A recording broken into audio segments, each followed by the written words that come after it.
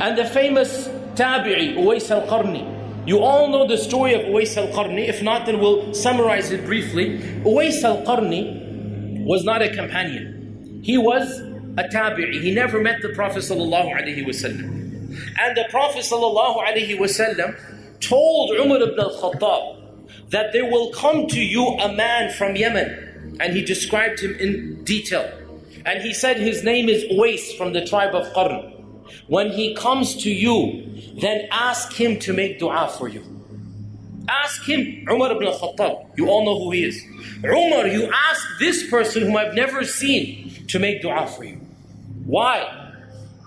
Because he was righteous to his mother. Umar ibn al-Khattab, being who he is told to go to this man because he was righteous to his mother. Now some books of history mention a story, Allah knows how authentic it is, but it is mentioned in our classical sources, that Uwais al-Qarni used to take, he was the only son, his father had passed away, so he's taking care of his mother in a very dutiful manner. And he asks and begs permission to go to Medina to meet the Prophet ﷺ. So his mother grudgingly allows him to go, but she says, look, you know that I need you. Therefore, I only give you basically a day or two in Medina. As soon as you get there, you meet the Prophet and you come back. It is said that Uwais traveled from Yemen all the way to Medina. And when he got there, lo and behold, the Prophet was away on an expedition. He wasn't in Medina. So now he's stuck between two options. The first is to wait a week or two. He's traveled from Yemen. That's already a month's journey. The first is to wait a week or two. The Prophet wouldn't be gone for more than a week or two. And wait for the Prophet to return. And if he did, he would be raised in status from a Tabi'i to a Sahabi. If he did, his status would forever be raised eternally. And the second option was, listen to my mother. What did he choose to do? We can guess. He chose to obey his mother. To give up this voluntary status, because being a Sahabi is a privilege, but it's not wajib. Listening to your mother is wajib. And so, according to this riwayah, Uwais al-Qarni stayed a day or two, as much as his mother had allowed him, and then he rode his mount and he rode all the way back to Yemen. And he voluntarily, willingly gave up that status in order to please his mother. It is no surprise, therefore, that the Prophet ﷺ said what he said to Umar ibn al-Khattab, that when Uwais al-Qarni comes to you, ask him to make dua to Allah subhanahu wa ta'ala, because this is a man who used to treat his mother with righteousness, with birr.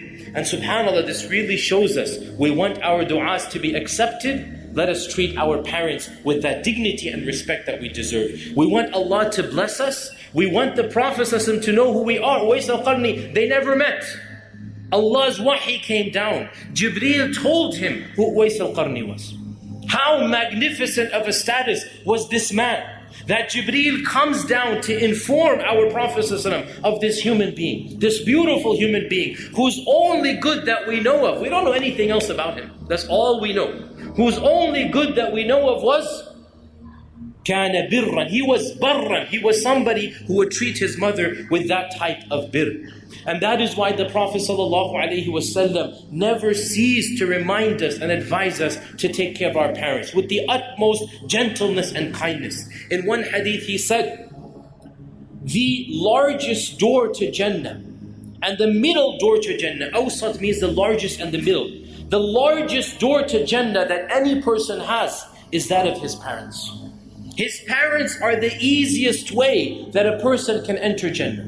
If you treat your parents with the respect and the love that they deserve, your easiest way to enter Jannah will be through that door.